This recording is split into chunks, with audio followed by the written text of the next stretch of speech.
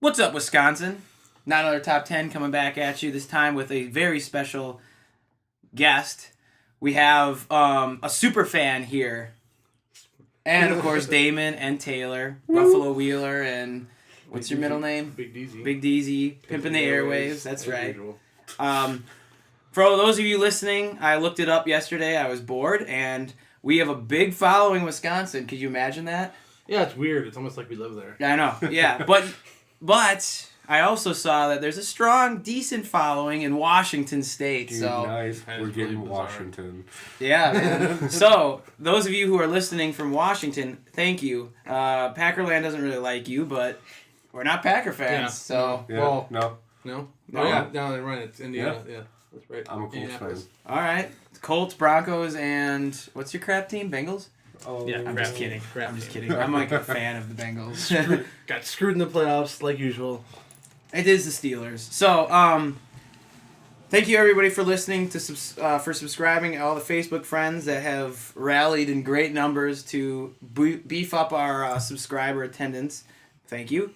Yay. Yep. So, if you haven't already looked at the topic on today as A24, and you're probably thinking, what the hell is A24 Films? Well, it's actually a production company that spits out some little bit lesser known, independent-ish features that we like, and we thought, why not talk about it with The Lobster already in theaters and Swiss Army Man coming out soon.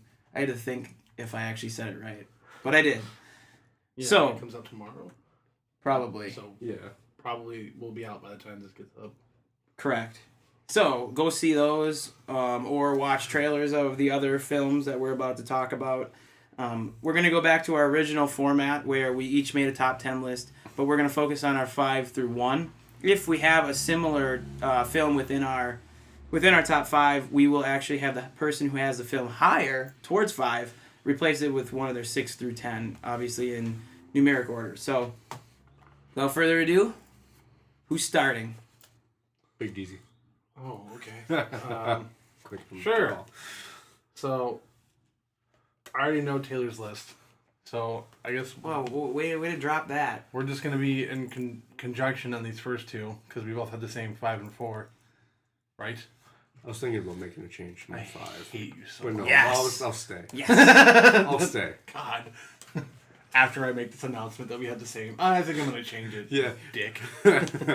Anyway, my 5, our 5, maybe, is actually Slow West, which Scott was just complaining about. No, it's on my list. I was pulling your chain. Ah! Is it higher? No, it's lower actually. Okay. So Still on your list, though. yes, I got you. I've watched this movie only the one time, and I really enjoyed it. There's a lot of slow parts to it. I mean, it's no offense to westerns, but it is a western. There's a lot of downtime when they're just kind of riding horses across the country, or well, that's the time you enjoy because you have those western landscapes. Damn it.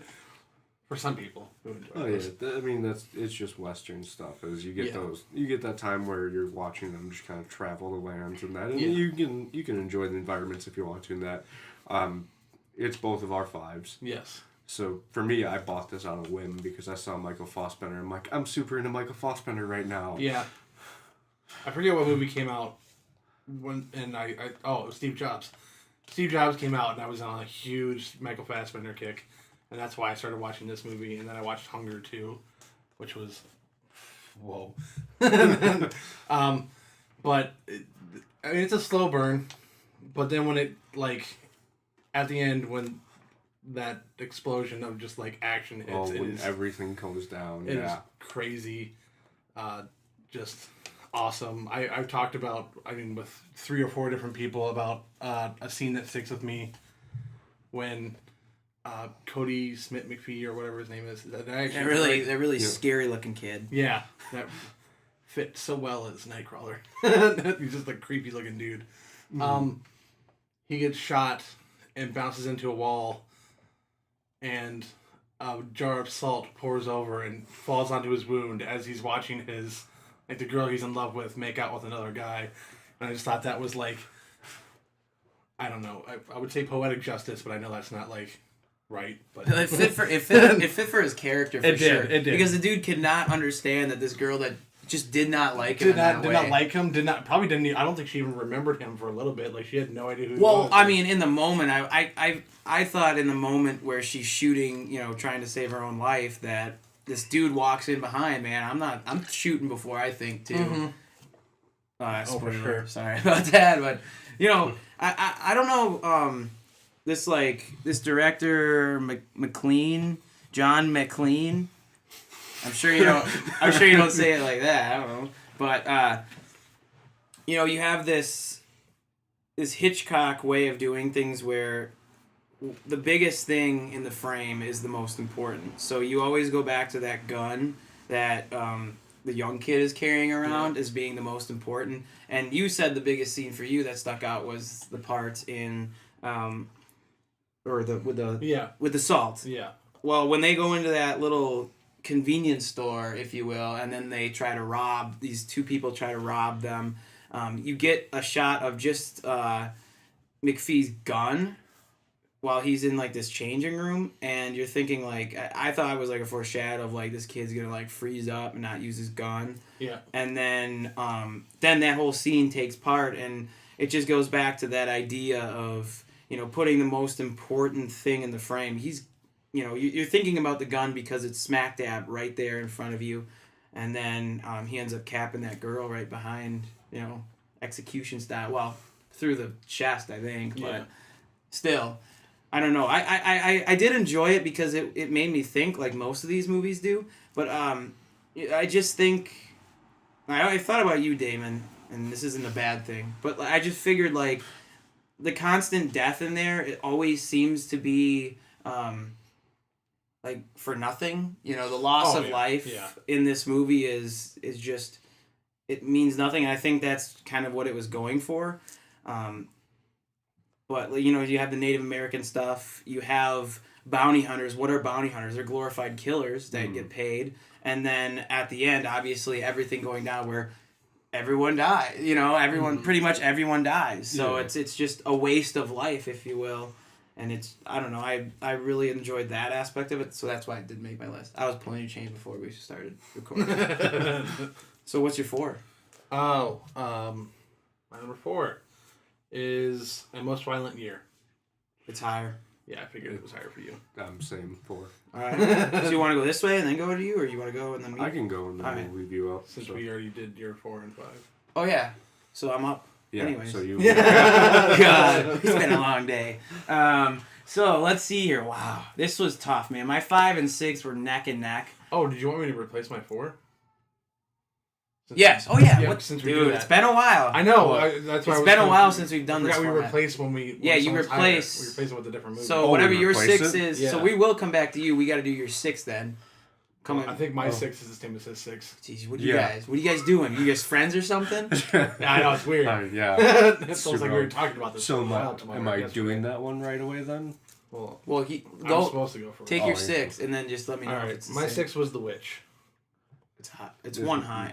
Mine's The Witch for that. Well, too, mine was only one higher. It's 5. So let's talk about it. All right.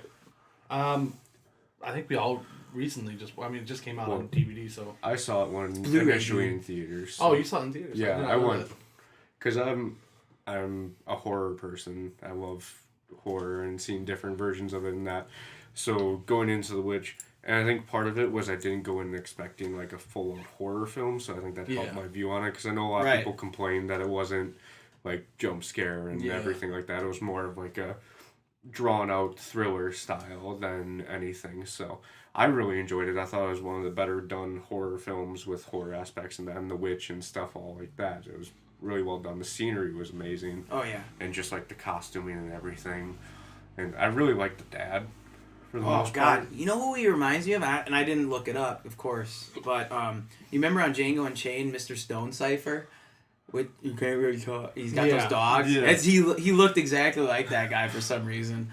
I don't think it's the same guy. It's not. I looked up this guy's acting credits and he was in a lot of British films because I'm British. I think they're all British. Yeah. but their facial characteristics really fit, I think, the film itself. Yeah. Not to sit there and say like mean, they're just kind of scared. The way they makeup did, they look kind of creepy. You know, they seem like the type of people to go out on their own and shit like that. So, yeah, I don't know. Did you have anything else to say about it? I mean, I guess for the most part, it's been what I just said for really everything. I mean, they do look fairly creepy in that they fit. It's nice that it wasn't like here's Brad Pitt in this situation. Like he doesn't fit. He doesn't have the facial features for it. Like these people did fit really well, and I did like that it started on such like kind of a shocking thing.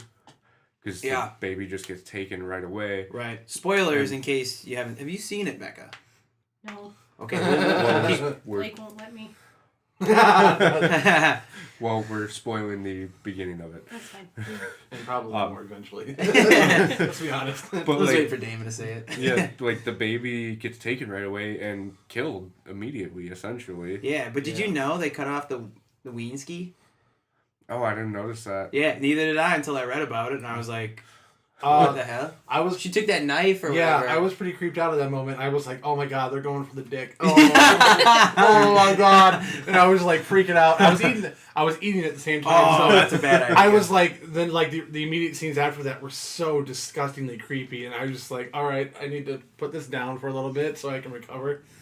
And I think that was just like the whole movie. Like there was a lot of time where it's just like kind of, they're all just kind of like turning on each other. I mean, there was when the boy makes out with the witch, and then shows up later and is like naked. Yeah, and just like all that. After that, it's just like, who can you trust? And and you can't really trust anyone. Like they all ended up turning on each other. I didn't like at the beginning. I didn't like any of the children actors except for the main character. You guys are so rough on those kids. But can't you just leave them? I'm bringing it back. All right. When that boy gave his like dying speech, I know me and Trace talked about it the other day. That was like, it was actually pretty amazing. Like that, it just kept going, and he like this huge monologue, and it was really captivating, and then just like slowly slows down, and then until he's just like he's gone, like he's dead, and I'm like, holy shit, like. That monologue was pretty scary. And for a second, you think that the kid's, he's better now, and then all of a sudden he dies, and it's, I don't know, it's just sort of take on, where the family is at the time, but I think more so than anything, I like the symbolism that the director uses throughout the entire thing. The black goat, that was, I don't know. I'm not really into witchcraft or anything, but they said something about Satan sort of representing as a black goat. The name Thomason having sin in the name, I thought was a great touch. Just everything that he used, especially when Thomason says to the dad about all you can do is chop wood and. She went savage on him. Yeah, but it was true, and then really you see the ending. I don't want to spoil everything, but you see what happens in the end. It's just such like a foreshadow of like this guy just. I mean, he just sort of comes to terms where it's like, I've stuck all of this my whole life into believing this sort of thing, and it's just come back to bite me in this way, and it's. I don't know, and that and the twins are creepy as hell. Yeah, they are. And just pretty much everything to do with, the dark overcast skies and everything like that. Yeah. I thought it was great, and I mean, I'd watch it again. I think it'll take me a little bit to watch it again, but I would, and that's why I jumped up in my 5 after one viewing, just beating out. Well, hopefully, maybe we'll get to my 6. We don't know. But yeah, I really enjoyed The Witch. Yeah. Like I think I need to watch it with subtitles on because there was a lot of like. Oh, the dialect was. That's a great point. The dialect was so awesome. Yeah. Like the way they did that is sweet. Like True Grit did the remake of True Grit did that when they stuck to that, no slang, just sticking to every single word in a sentence. I thought it was sweet. I thought it was they had after I watched the movie they had like a little thing where it was like a lot of this was taken from like. Journals and diaries that they took from like that time period. Yeah, no, yeah, and like they just like took dialogue from that and put it in which is the movie. And I was like, which is great. It's better than like trying to fake it, like trying to pretend like you can like speak that. Yeah, you can try to recreate that. Just look what happens though when you take that that much time into detail like that, or when when the apple the kid spits out the apple, and you think back to like Snow White, and actually this stuff predates the Snow White fairy tale and everything like that, which is so cool. But even just the old, they kind of bring it full circle with the old witch lore, and that's what I really like, because I get into that a little bit. Salem witch trials and all that stuff is really fun to read about. But yeah, The Witch, sweet. What was your 6, Taylor? That was my 6. Oh, jeez, you guys, man. Yeah. If you want to do your, I don't know if you want to do your 7. What is your 7? My 7 would be Room, which I'm guessing is higher. Yeah, it's higher. Probably. I figured Dame would be all right. So let's go to my 4 then. Yeah. Enemy. Okay. I haven't watched that one. Okay, yeah, Enemy. I'm not gonna say much. If you really want to hear me go in depth on it, go check out the Jake Gyllenhaal. Yeah, top 10 Jake Gyllenhaal films, or not another top 10 shows Jake Gyllenhaal films. I go into depth there, but I really just wanna. It's a thinker, which I really like. I don't like being spoon fed anything in a film. I really like to think about it. I like that filmmakers take their time and let people hash out what they're trying to put out on screen. And with the whole spider webs and spiders and everything like that, I think it's a lot of good stuff in there that I think more people have to see the movie and sort of decipher it themselves. Especially the ending. I don't know if you guys, even though you haven't seen the movie, you've seen the ending? Heard about the ending? Yeah. Okay, yeah. So it's stuff like that. You go into a little bit more detail with that. I feel bad just kind of jumping over my number 4 like that, but I feel like I've beat. Yeah, I feel like I was playing with it for a while. I know. I could hear it like it was popped a little bit. Yeah, I was beating a war and drum, for this film. I was really into it. The director's great, Denis Villeneuve, whatever it is, that guy who did Prisoners and all that. So I thought he did a phenomenal job. Gyllenhaal did a great job. Yeah, just see the film, because I don't want to say any more about it, because I want everyone to go see it. So that was my 4, Enemy. Okay. A lot of symbolism again. Damon, back to you. What do you got? 3? I feel like we should do Taylor just because he hasn't done one yet. I can do my 3. Yeah, do 3.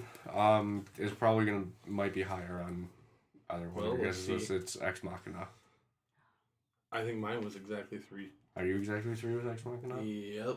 Okay, mine was 2, so we can talk. Okay. Yeah, let's talk about it. I don't know what I'm not sure what I was exactly expecting when I went and saw this. We've definitely talked about it. The 3 of us have definitely talked about it. Oh yeah, because we did it on one of our really old special features. Special features. It's there. It's in the Disney vault, but we can talk about it at least a little bit. The vault's again unlocked, so go check it out. With a good group, like a good trio of younger actors and actresses that makes that movie really well done, with Alicia Vikander. Oh God, yes. Oscar Isaac. But we had no idea who she was. Yeah, that was before, like, the plethora of movies she's done now. I mean, she did The Man from U.N.C.L.E., the one with Eddie Redmayne. Yeah, The Danish Girl. I think she's done a couple. She was in the Theory of Everything as well too, wasn't she? No, she wasn't his wife. If that's right, that was Felicity. Or is it the? Oh yeah. She's gonna be in the Rogue One, right? Yes, Felicity Jones. God. Sorry. Yeah. I'm a little burnt out here. But that trio was so good to keep your attention when there's essentially nothing else around, because the other actress in there didn't talk or anything, just walked around with the Asian woman. And just the whole Turing test and everything that was going on with that, and it just made me love Oscar Isaac and Dom Hell and Alicia even more. Yeah. Especially Isaac. I've just been getting higher and higher on Isaac. Yeah, I think he's a great actor, and they went and ruined him with that stupid X-Men movie. Yes. I'm just kidding. No, I'm not. Well, I mean, I was just playing. I'm playing a jerk. Okay. That movie was terrible. Not terrible. It was. Check out Damon's review. Which I haven't given yet. What did you think about Ex Machina? I loved it. I loved the movie.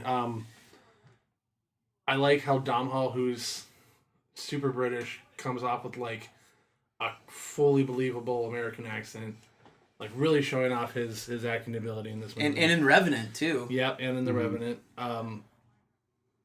I don't have to say, like, the most memorable scene in that whole thing is Oscar Isaac dancing. Oh yeah, I'm gonna Yeah. do that, man. When in my wedding, I'm gonna try to learn that dance. And just do it. That scene is hilarious. Like, I think everybody had the same reaction to that point. Like, I was into it, and I was like, "What the hell is going on?" Yeah. I don't know what just happened. Like, what? Yeah. Where did this movie go? Well, yeah, dude, that movie is. I actually thought it's funny how this changed is because before the first time we talked about it, I thought it was overrated. Yeah. And the more and longer I sat on it, I liked it more and more, and then I studied it a little bit deeper and everything. And the scenes with Domhnall Gleeson and Alicia Vikander when they're in, she's behind that glass box and he's in, on the other side of the glass. You can tell because of how they shot it when she's lying to him and manipulating him compared to when she's telling him the truth. And it's insane. Like, I watched this video on YouTube and, I'm just washing windows and listening to this and I was like, I stopped and I was like, damn, man, this kid brings some good points up or whatever it is. Yeah. But yeah, it's an amazing thing. I had to go back and rewatch it again, but I still to this day when I told you guys that I get that Jurassic Park feel to it. I don't know why. It just is like that opening is very yeah. Jurassic Park. When he reminiscent. drops down in like the helicopter or whatever, and this then super like secluded area with like forest all around. But even them. like the creating life. Is it right or wrong? Yeah, definitely. So I mean, and then obviously the climax of that movie, which. Oh man! I don't know if I personally didn't think. I feel like I died a little inside when she left Domhnall behind. Like that was so rough. He was so in love with her, and she was just like, "I was just using you. Like, peace out, bro." Yeah, just left him there to die. It's like, oh, you could have just left it unlocked or something. I know. Yeah. I was like, throw some sort of. She's gonna let him out, guys. She'll let him. She's not letting him out. Oh my God, she's not letting him out. Oh, yeah. Well, yeah. I mean that film I think is great. Check out our special features, whatever one it is. I think it might have been like it was one of the first two. I'm pretty sure. Probably, yeah. Yeah, that was. Yeah, it's a great film. So that was my 2. That was your 3. So what's your 2? My number 2 is End of the Tour. Okay. Didn't watch it. I did. Yeah, it was my 8. It's pretty low on mine, but I like it. I mean, so go ahead. Oh, I really enjoyed it. Personally, I thought Jason Segel's performance deserved a lot more praise than what it actually got. Because he was playing the author, David Foster Wallace. Oh, yeah. I saw the preview for that. Yeah, and he did such an amazing job portraying him that, he felt like the actual David Foster Wallace to me. And watching it, and there wasn't a moment where I wasn't entertained, and it's kind of emotional at various points when you're, the life experience and all that. Jesse Eisenberg can be a little bit boring in their points, or kind of douchey at some points.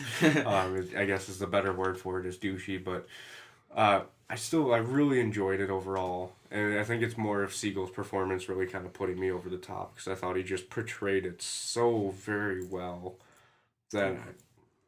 What?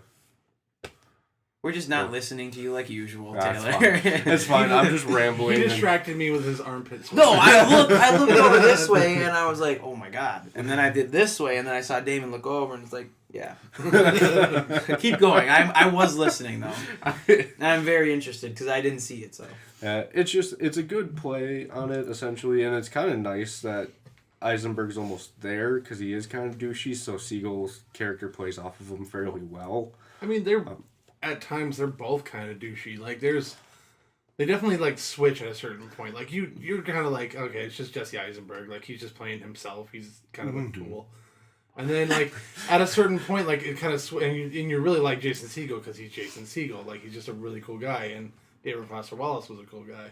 And then it switches at a certain point because not to spoil the entire movie, but Jason Segel or David Foster Wallace starts getting a little jealous.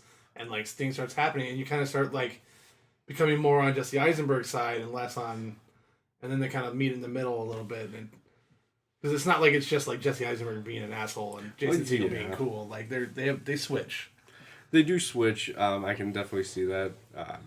Well, I mean, Siegel does get jealous when Eisenberg is going for the girl, even though He wasn't Eisenberg. even really going for her. He was like they were like having a conversation. He was just being insanely jealous for no reason. I mean, he was or maybe for a reason. Who knows? Yeah, but I mean, still, yeah, I can see where you're coming from with that. I don't know. it's my number 2. It's Yeah, just, I'm not saying it's a bad movie. Yeah, I really enjoyed it. I thought it was well done. So There's a lot of really good dialogue between the two. I mean, that's most of the movies that's them talking. Yeah, that's what it's essentially focused on, and that's kind of what I liked is that it was all focused on the dialogue, and you're just more or less you end up kind of listening to it more than watching it, just because you're listening to the two of them talk. So, David? Yes. Oh, okay. So my number 3 was the same as Taylor's Ex Machina. So my number 2 is actually The Spectacular Now. Wow. 6. Yeah. It is your movie, though. It is. I It's saw a definite Damon movie. No, I really enjoyed it, too. Yeah, it was. Well. I thought it was really well done. God, it's been so long since I watched it, so I'm going to struggle to like remember. Like, I'll help you about out. it. I'll help you All right, out. thank you. So it's the main 2 characters are Shailene Woodley and Miles Teller. And Miles Teller, this was like Miles Teller's like prime. Like he had this and Whiplash? Like those, I think those came out the same year, or generally like around the same. Spectacular time. Now? I Yeah. will. No freaking way. I'm pretty I sure will that look was it up 2014. I think that was the same year as Whiplash. Spectacular Now was up for the awards like 2 years ago, I think. A year ago, I mean. I don't know. Look it up, Taylor. I thought it was like. I'm pretty sure Spectacular Now came out before Whiplash, but I'm not. No, it 100%. did. It did. But not like significantly beforehand. Oh, I thought for sure it was like a year and a half. I don't know. But keep going. Anyway, I really like those two together. I thought it was. I mean, you hate Miles Teller throughout like the entire movie. Go ahead. 2013 for Spectacular Now. Oh, wow, that's long. 2014 for Whiplash. Okay. So But late 2014, right? Yeah, because that was it an was award. last- That was yeah. an award like buzz movie. I was gonna say, dude, Spectacular Now. I thought it was a lot closer. That's my bad. But I think Well, no, you were right, but just not year-wise. yeah. Okay. It was like 3 years ago compared to like the 2 you were thinking. Yeah. Okay. So, I really enjoyed both performances. Obviously, Miles Teller plays Miles Teller, who's just kind of an asshole. Like, you want to like him, but he's essentially, I mean, for like the first 3/4, maybe even like most of the movie, he's using Shailene Woodley. Like, they're becoming friends, but at the same time, like they're starting a relationship together. He's like still trying to get back with his ex-girlfriend. So you're like, dude, you need to get your shit together. Like, Well, he's insecure. That's Oh, for why. sure, for That's why sure. we follow him. But like, yeah, and there were some real moments with him and his dad that were I was just like, oh, because Kyle Chandler was his dad, right? yeah, that's Yeah. the guy from Super 8. Mm-hmm. Yeah. Yeah. So I mean, I enjoyed it. I think Shailene Woodley is such a better actress than She's Miles very Teller Oh yeah. is an actor. But I think throughout you have this guy who's in some way he's reached the top, in popularity and being the life of the party and everything. Yep. Everyone's growing up and he's not, so and people are seeing that around him, like his boss even says, you're worth more than you give out, so there's that. But then even when they get into that relationship, he's just insecure at the fact that like, I'm not even good enough for you. But man, when she gets plowed by that car, I did not see that coming. And it was a jerk moment. I kind of laughed. It was like it just happened out of nowhere. Boom. I've done that before, so it's. I mean, it was like out of nowhere. So it was kind of funny, but yeah. What's up?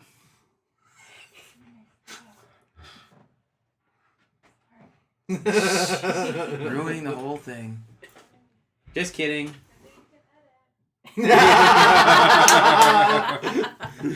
Everybody in editing, my brother drops it like 4 times an episode. Dude, you can edit that out. No, I don't want to. That's the thing. But yeah, Spectacular Now, good. I enjoyed it. I really I think it holds up. It stuck in my memory for quite a while. So yeah, Yes. that was your 2. That was my number 2. So we're gonna jump to my 1 or what? What was your 3? My 3. Oh, my 3. I don't think we've done your 3 yet. Locke. That is higher for me. All right. So that means I can go in. Well, the 6 then. Okay. Wow. This is good then.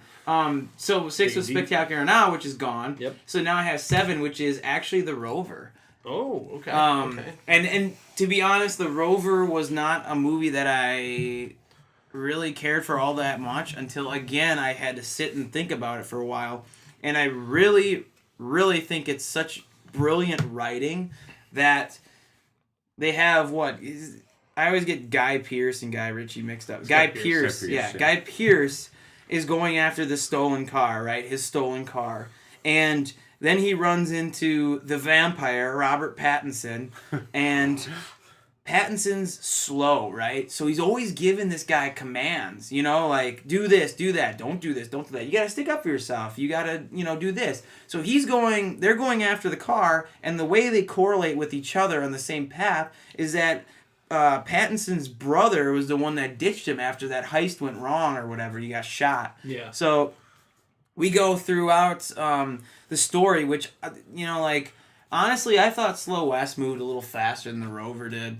The Rover is like, okay, get to the damn point, And then when they actually do get to the point, it's a brilliant ending, and it's stunning the way that an ending can, boost up a movie or drop a movie like that. Like, everyone complains about Lincoln's ending, And I think that in The Rover, they did it so perfectly with him getting his redemption for that lost car, us seeing what happens to Pattinson's character, which I don't care about any of you. I'm going to spoil it anyways. I've watched it. Did you watch it? Did you? Yeah. Oh, yeah, you saw. Yeah, I asked you about it. That's my number 10. Oh, good. It made it. So they go. Guy Pearce gets to the house where the brother is at. Him and Pattinson go in there, and Pattinson's like, "I'm gonna kill my brother," and all that. Yeah, all that they shit. left me behind and blah blah blah. Yeah. So then he goes to shoot the guy. He can't do it. He can't shoot it. And it's like, he's not going to bite the hand that feeds him, but then he pulls the trigger, shoots off the side wall, and the brother shoots him. He's dying, or is he dead? I can't remember. And then you have Guy Pearce shooting the other guys and then going in there, and you see this brother is really distraught at the fact that he just had to shoot his own brother.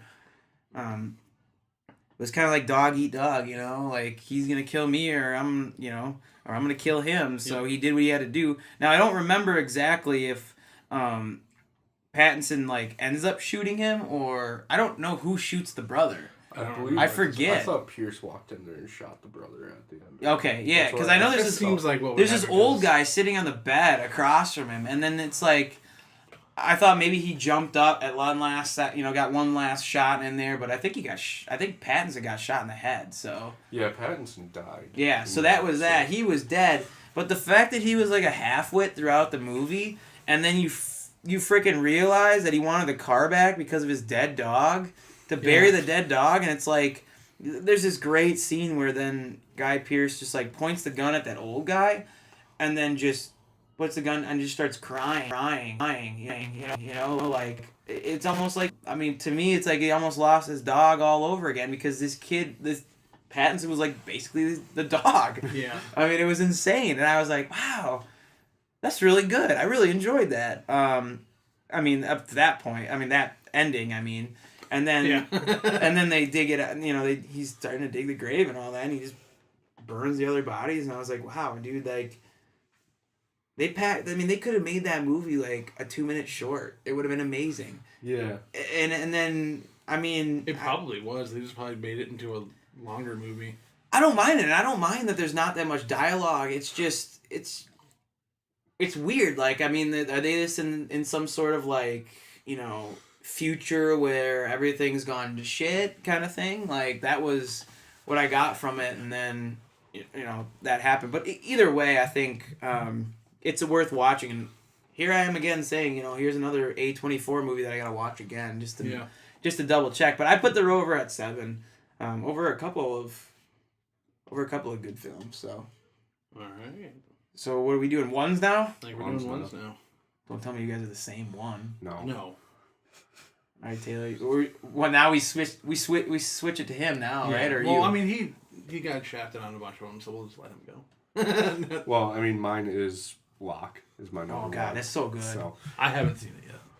Oh, damn it! I have it on my computer and I just haven't watched Damn it. it. Like I'm a goon. like don't I know. thought that Ex Machina or End of the Tour was gonna be my number one when I was initially looking at it, and then I saw Locke. I'm like, I love Locke. Like that is the movie that is my absolute number one, just because it's such a simple premise that they take, and it's just Tom Hardy in that car for what, an hour and a half, just talking on the phone to his wife, and then the woman he slept with and got pregnant, and now he's going to go to the baby and that and try and like sort this whole thing out, and just the performance that Hardy gives that entire time while there's nobody else is so good. It's amazing. Yeah.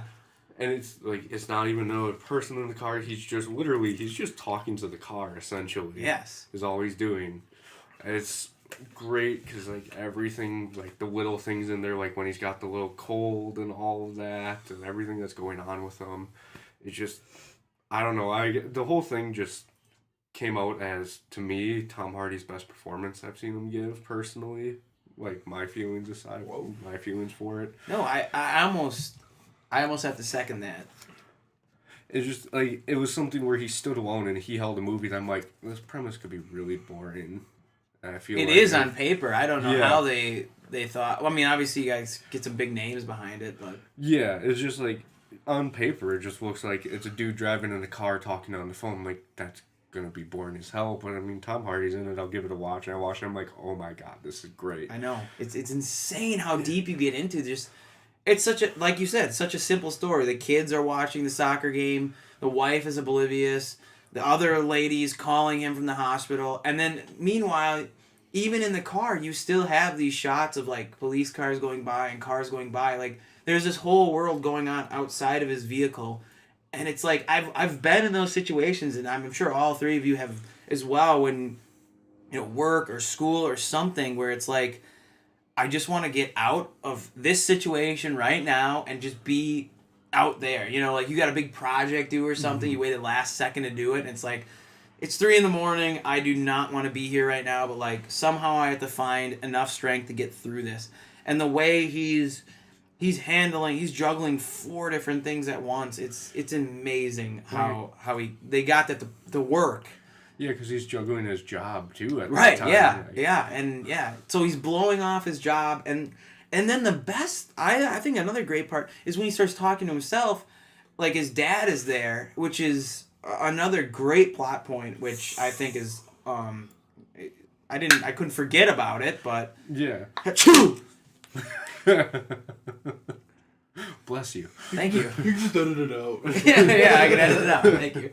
I won't, so you'll all hear that. Cheers to you, Washington. But Locke, man, amazing movie. I really enjoyed it. Definitely worth seeing. The dialogue is so well done. I know you do enjoy a good dialogue in that. I do. So It's really what they have to rely on. And they called in the people, the other actors, actually on the phone, too, which is such a great touch, And I think they really had to play off each other that well. I mean, we've all been on the one end or the other of a crappy phone call. So, I mean, it really puts you into the sort of the time and place of what he's going through. Just really well done. For sure. That's my number one. I can't wait to hear Damon's number one. This is going to be great. I'm really excited. You want me to go actually. now? Sure. Okay, Unless you want me to go. I don't care.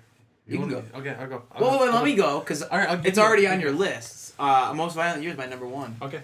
Let's talk about it.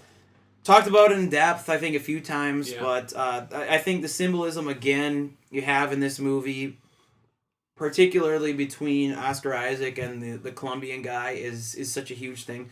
There's a lot of undertones of, like, people, coming to America and trying to prosper there, and the way, almost like Slow West, and how they have to prosper, and sometimes it doesn't work out. Oscar Isaac's character flourishes with his oil business, and he's got to maintain, he's trying to expand his business, while there's a bunch of robberies happening to his trucks and he's trying to figure out what's going on. But Jessica Chastain is very powerful in that role as his wife and bookkeeper, trying to keep everything that they're doing, quote unquote, illegally, underneath the table.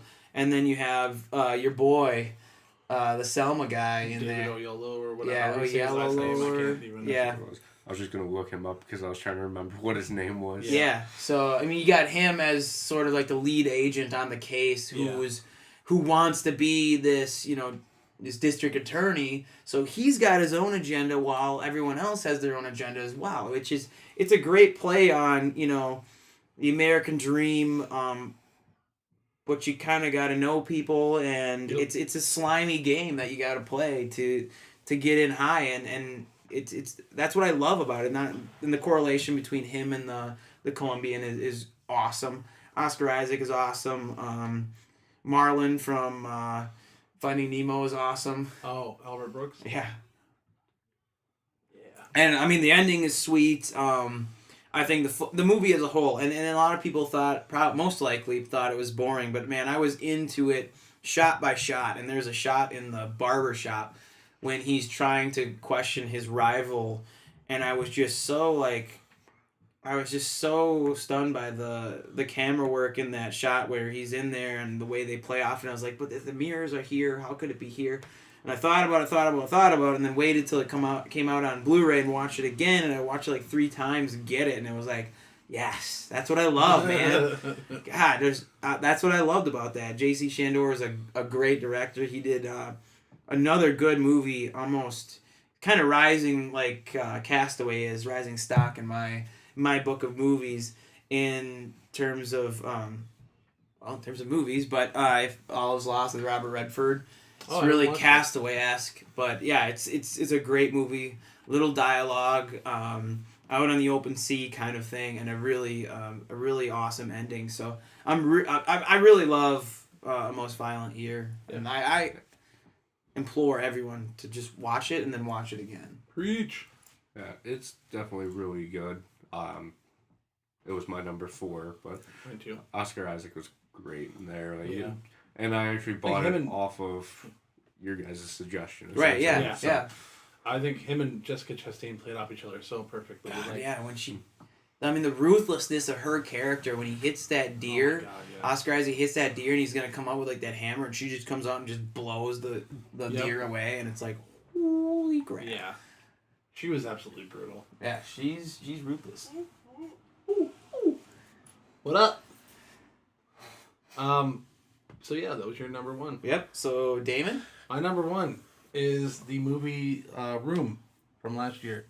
Or this year. I shouldn't be that Last stunned. year? Last year. Yes.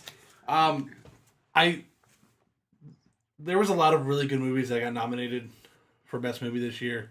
Like, I think it was one of the better years. It was really hard to decide which one I really wanted to win. But I think I ended up choosing Room as my favorite not favorite. I knew it wasn't going to win. But I really wanted it to win, like, the Best Picture. Because I thought, story-wise, it was a really, really, really powerful story. Brie Larson did a fantastic job acting in it. And so her character gets kidnapped when she's, like, 17 or 19, something like that. 17. Yeah, 17. Gets held in this like, shed for... 7 years? I think she's ended up being like 24, 25 by the time they got out. Well, the kid was 5 when they got out. And so I think she was in there for a little bit before she had him. Obviously 9 months at least. Yeah. That Well, yeah. That was a perfect. And I thought it was just like, especially when they were still in the room, like watching her with the child, like it's so obvious that she had no idea how to raise that kid. Like there are points where she's still obviously like, she's still got like the thought process of when she went in the room, which was when she was 17, and now she's got to raise her child, who is, the child of rape, basically. Can I just Not even interject basically, quick? Yeah, go ahead. I'm glad you said that, because throughout the film, I looked at her character as being somewhat selfish. Yeah, I can see that. And the way you said that, you know, you're talking about her mindset from the time that she was in there. She, you know, obviously she didn't grow up in the outside didn't world, get so that she's chance. in there at 17. But the way they escaped the room, I thought was like, you are kidding me right now. Like, Yeah. that's what She she's gonna did. do? She was a little bit. It was a little bit sketchy. She definitely put her son in harm's way. And doing then that. and then on top of that, and I don't know, have you guys seen Room? Have you seen Room? All right. Killing me, Becca. Some super fan you are. Just kidding. But when they find her in the bathroom, Yes. and I don't know what was going on there, whether she was Oh, they're like trying to kill herself. I think Yeah, that was that- what it was. I And thought I mean, she again, tries that to kill selfish herself. act, and then when she's talking to the mom and blowing up at the mom, and then even the interview almost, and I get the interview was, you know, very prying in and stuff like that, but you get the sense that she's still in adolescence, which now just what It you makes said sense. backs makes sense backs 'cause it up. She, So she didn't have that like chance to actually grow up. I mean, she had her quote unquote prime of her life kind of stolen from her. I don't think that's actually the prime of your life, but Well, yeah, and I mean, It's she had good memories, though. She had 7 years stolen from her life. Correct. Like, and then she came out, and her family's all different. yeah, and Yeah. everything, too. her parents are divorced. Her mom's like remarried. yeah, Leon's the shit though. Yeah, Leon was a great person. Except for William H. William. I was just he sitting there. was a shithead. Yeah, I was He just sitting there mad at saying, him. William, come on, man. Yeah, 'cause He was wouldn't even look at all the in there kid. for But like yeah, 10 minutes, if that. Too. Yeah, He's just well, in he's there. a He's like, piece of shit. yeah, he deserves me, man. Yeah, and the kid did a fantastic job. I forget yeah. what the kid's name Yeah. is. now, but- Jacob Tremblay. yeah, Tremblay. Tremblay. Yes, he did a fantastic job. And Trace had told me something, and I didn't look into it too hard. That a lot of the scenes where like the camera was focusing on the child, it did a lot of them from a low angle, so it would look up at the adults to like kind of put you in the same shoes as the child was, which I think is fantastic because Right. he's essentially the main character. I mean, he's the one you follow through most of the movie. And I don't know. It's really emotional. I think it's a really, I don't know, important is the right word, but I think it's an important story to tell. I mean, how many rapes happen in children of rape that are born? Like, it's... And I don't know. I'm losing track. But, yeah, I thought it was a fantastic movie. I think everyone in it did fantastically. I can't agree more with the acting. I don't know. I just felt the disconnect with the story in some way after they got out of the room. I was hoping it would be more of them escaping the room, but there's my raid mentality, you know. I went into it and I didn't know they were gonna get out that quick. Like they got Yeah. out pretty quick. But then I think it's even better, like showing they're like trying to reacquaint themselves with the real world. Oh Especially yeah, since for sure. And he it's starts important- out it's an important part. struggling hard. Yeah. And she's like she never left. And then it goes like it flips yeah. like completely. She starts becoming a recluse to the point where she almost kills herself. And he like grabs on. I mean, he's still a child. He still has like his entire life ahead of him. So he just kind of like latches on and goes for the ride. Like, hey, let's do this. You know, I definitely agree. I really enjoy. I think it's one that probably rise, you know, as the years go on. Yeah, I think if I gave it another watch, it might rise higher. It's just I think I had the same problem as you, where once they're out of the room, like I kind of wanted to see more. It was in the room. it's a mindset you go into. Like I thought the way they played the movie was like, how are they gonna get out of this room? And they showed the skylight, and I was like, that's how they're gonna get out. And all of a sudden it's like, what? Yep. But it is what it is. What do you guys have for honorables? 6 through 10. I think we already went through our 6, which was which. Yeah, which What the fuck? room? I have Tusk thrown in there, but that's just because I didn't have anything else to really do. The only other one that I would probably mention is While We're Young. Yeah, I have that on mine. Noah Baumbach, huh? It Squid and the Whale is good. It was pretty good. I think he's the same guy who did Greenberg. Yeah. I did not like Greenberg, and this is kind of like felt to me like a lot like Greenberg, and not just the fact that it had Ben Stiller in it. Come on. But I mean that's something. Like I love Ben Stiller, but like this movie, up to a point, like I was like, oh, this is pretty good, and then it like The like a ending weird of it turn. was really kind of. Yeah. It was where it. That's what knocked it down. Was like the ending part of it was like I don't know. Yeah, probably like the last I want to say half an hour. Just kind of like this weird shit started happening, and I was just really confused on why they were doing that. Yeah, it just felt so strange. But that movie, essentially, that one I kind of got because I was on an Adam Driver high. Yeah. Oh yeah. So You ever see Tracks? no, I haven't. Oh man, Tracks is good. Tracks is really good. I haven't even heard of that. It's about this girl who travels throughout like the Australian outback with a camel and her dog. I can't remember exactly. It's on Netflix, and it's got the girl who was in Stoker, who like Maya, and I can't pronounce her last name. Wasikowski? Yeah, she's in it. She's really good. So I really enjoyed Tracks with Adam Driver. So yeah. What else you got? I have Green Room, which I just watched literally like 2 days ago. I haven't seen that one yet. Yeah. I didn't know, like, it got built as a horror movie kind of the same way Witch did, but it wasn't. Like, it was a thriller, but it wasn't a horror movie. Like, it wasn't like I don't know. It wasn't built as well as it should have been. Like, it should have been built as a thriller, because they're these kids trapped in a club, I guess. Well, like a green room. Yeah, of a club that they a play neo-Nazi. A Yeah, neo-Nazi. neo-Nazi. I didn't know it was like gonna be that like neo-Nazi either. I guess I didn't look into it as hard Patrick as I should have. Stewart's neo-Nazi. Yeah. in that. Yeah. I said I think I don't remember if it was you. It might have been Austin that I was talking to.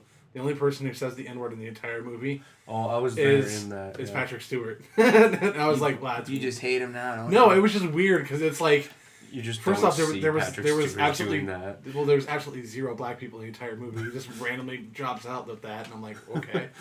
But like, I felt like it almost should have been said more because they were neo-Nazis, like Yeah. that people they hate. What else? You guys have 9 and 10 or? Well, like I said, Rover was on my stuff. Yep. And then, like I said, Tusk, but I don't really Yeah, and I had feel number like we 4 can. in the Rover. Okay. Oh, I Tusk had is- Spectacular Now at 6. The Rover at 7, obviously. 8 was Room. 9 Slow West, and then I sort of have a tie at 10. Okay. Under the Skin, which I think will probably rise as I watch it more because I didn't understand it the first time. That's my problem. That's why it's not even on my list. Is because I just didn't understand it, so I didn't really like it. I think there was something that I got out of it as far as the alien being starting to have feelings on Earth, sympathy and all that stuff. Yeah. But as far as that, I couldn't get anything else out of it, and I wasn't about to watch it again. And then I had Spring Breakers as well. Nice. We're in a magical place, y'all. Hated Spring Breakers. You can change who you are, yo. Dude, but I have this fascination with James Franco, man. Dude, that guy can do no wrong for me.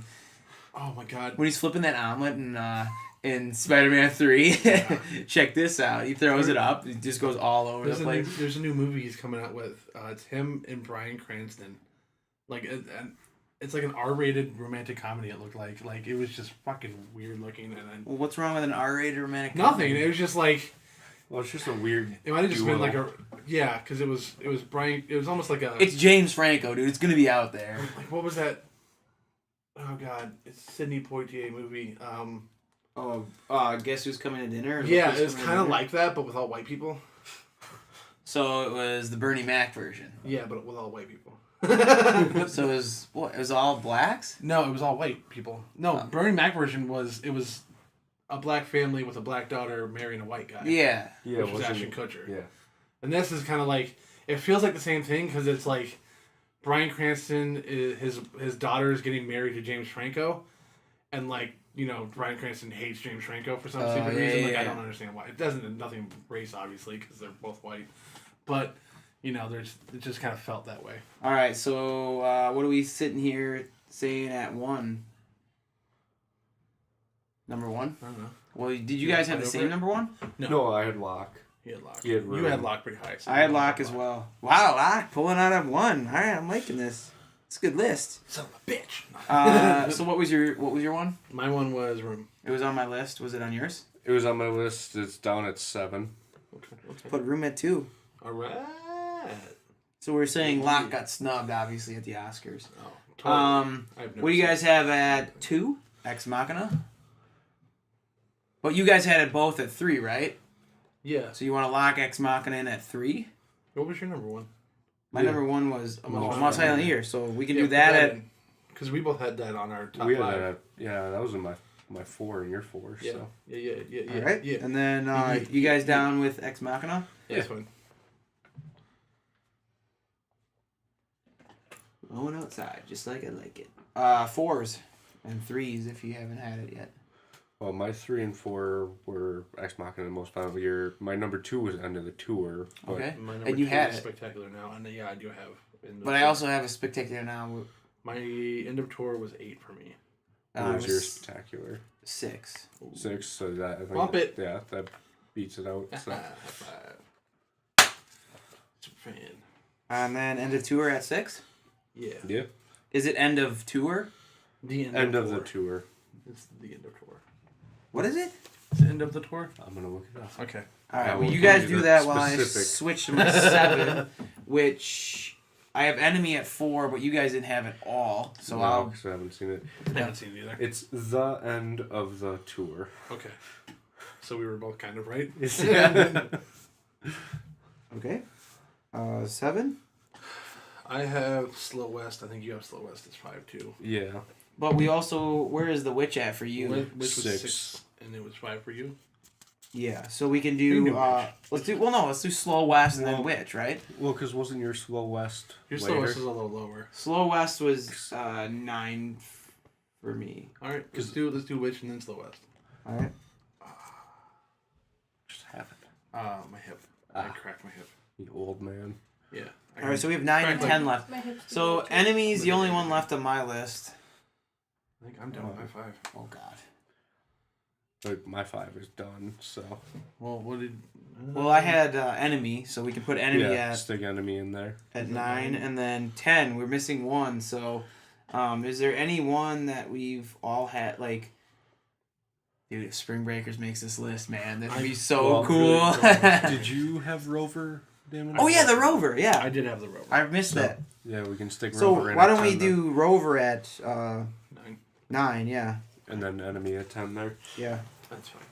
I'm down with As that. long as it's not Spring Breakers. But we're in a magical place, Oh y'all. my god. Come on, y'all, why you acting suspicious? Alright, I'll do 10, 9, 8 and just pass the duchy.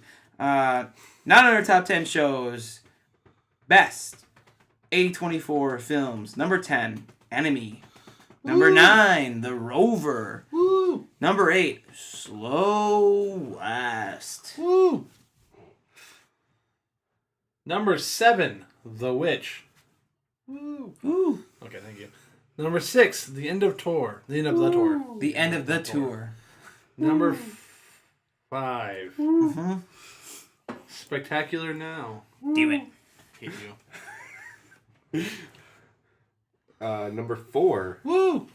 Ex Machina. Number 3, A Most Violent Year. Woo! Number 2, Room. Yay, yay! Could have the superfan announce our number 1. Yeah, super fan. And number 1 is Lock. Live! Tom Hardy. Thank you, everyone, for listening. Thanks to our super fan, Becca. And thanks for Taylor Ruffalo Wheeler and Damon Big DZ Gumbert. Oh, yeah. You guys are awesome. Like, subscribe, comment, all that good stuff. And remember, Gucci Mane is awesome in that movie Spring Breakers. He's not. Hey, come on now.